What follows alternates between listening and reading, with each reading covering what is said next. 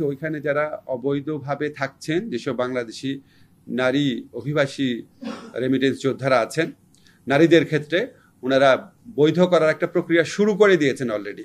এবং ওইখানে যারা অবৈধভাবে যারা আমাদের নারী শ্রমিকরা আছেন, ওনারা ইচ্ছা করলে এই সুযোগটা নিতে পারেন। করব, আমরা রেগুলার যোগাযোগ রাখবো। বর্তমানে যে কোটা আছে সেখান থেকে বাড়ানো হবে এবং ওনারা ওই এমওইউর মধ্যে আছে যে আমাদের কোটার বাইরেও আরও দেওয়া যায় নাকি সেটাও তারা দেখবে। কোন কোন খাত সেটা এখানে স্পেসিফাই করা নাই। এটা একটা মডালিটিস অফ দ্য এগ্রিমেন্ট, এখানে খুব ডিটেইল কোনো কিছু থাকে না। আমি আপনাদেরকে যেটা বলতে চাই, এটা করার কারণে মূলত যে লাভটা হবে, এই যে অবৈধ পথে আমাদের অভিবাসীরা গিয়ে আপনার প্রাণনাশের ঝুঁকির মধ্যে পড়তো, সেখানে বৈধ পারিশ্রমিক পেত না, মাঝে মাঝে গ্রেফতার হতো, চলে আসতে হতো, এই সমস্ত যন্ত্রণা আশা করি অনেকাংশে উপশম হবে।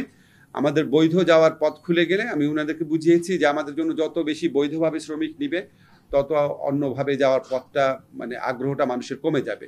ওনাদের আমার খুবই আন্তরিক মনে হয়েছে এবং আমার মনে হয়েছে যে আমাদের 6th MOU, আশা করি আমরা ইউরোপে আমাদের পর্তুগালের সাথে MOU হয়েছে, আপনারা জানেন, আমাদের অস্ট্রিয়ার সাথে হয়েছে এরকম। এটা 6th MOU ছিল। আমরা সার্বিয়াতে লোক পাঠানো আরও বাড়ার কথা চিন্তা করছি। এমনকি এটা এখনও খুব প্রাইমারি স্টেজে আছে। আমরা গায়ানার থেকেও একটা অফার পেয়েছি। তো আশা করি আমরা লিগাল ওয়েতে মাইগ্রেশন অনেক বাড়াতে পারবো। সেটা হচ্ছে ওইখানে যারা অবৈধভাবে থাকছেন, যেসব বাংলাদেশি নারী অভিবাসী রেমিটেন্স যোদ্ধারা আছেন, নারীদের ক্ষেত্রে ওনারা বৈধ করার একটা প্রক্রিয়া শুরু করে দিয়েছেন অলরেডি। এবং ওইখানে যারা অবৈধভাবে যারা আমাদের নারী শ্রমিকরা আছেন, ওনারা ইচ্ছা করলে এই সুযোগটা নিতে পারেন। আমি জর্ডনের মন্ত্রীর সাথে, সৌদি মন্ত্রীকে আমি আরও বেশি বাংলাদেশ থেকে স্কিল্ড ওয়ার্কার এবং নন স্কিল্ড ওয়ার্কার নেওয়ার রিকোয়েস্ট করেছি। ওনাদের অনেক বড় বড় প্রজেক্ট আছে, ওয়ার্ল্ড কাপ আছে, মেগা প্রজেক্ট আছে, এক্সপো আছে। তো উনি কথা দিয়েছেন ওনারা সর্বোচ্চ চেষ্টা করবেন। তারপরে সেখানে আপনার আকামা নিয়ে সমস্যা হয়, যত সমস্যা আছে সবই বলেছি, সব কিছু প্রেসে বলতে পারবো না, সব কিছু বলেছি। একটা বিশেষ রিকোয়েস্ট করেছি যেটা করলে বাংলাদেশি শ্রমিকদের জীবন অনেক স্বাচ্ছন্দ্যময় হবে।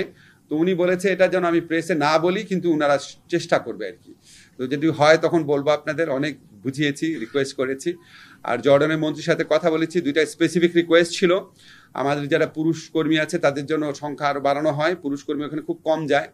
ওনারা বলেছে অবশ্যই এটা দেখবে। আরেকটা জিনিস বলেছি, ওইখানে আমাদের যারা নারী শ্রমিক আছে মূলত গার্মেন্টস সেক্টরে, ওনারা কেউ কেউ ওখানে গিয়ে এক জায়গা থেকে আরেক জায়গায় ট্রান্সফার হয়ে যান। তো ট্রান্সফার হওয়ার পর ওই বৈধকরণটা হয় না, তো ওইটার জন্য তাদের সমস্যা হয়।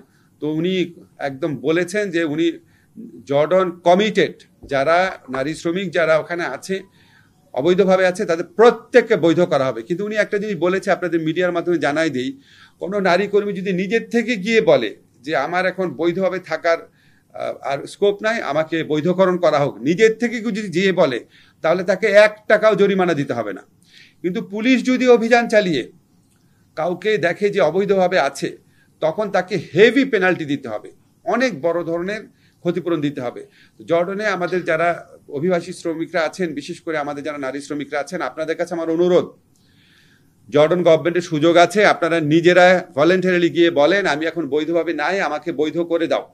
তারা 1 টাকাও আপনাদের থেকে নিবে না, এটা একদম ওদের রুলের মধ্যে আছে, ওরা বৈধ করে নিবে। আপনারা এই সুযোগটা গ্রহণ করেন।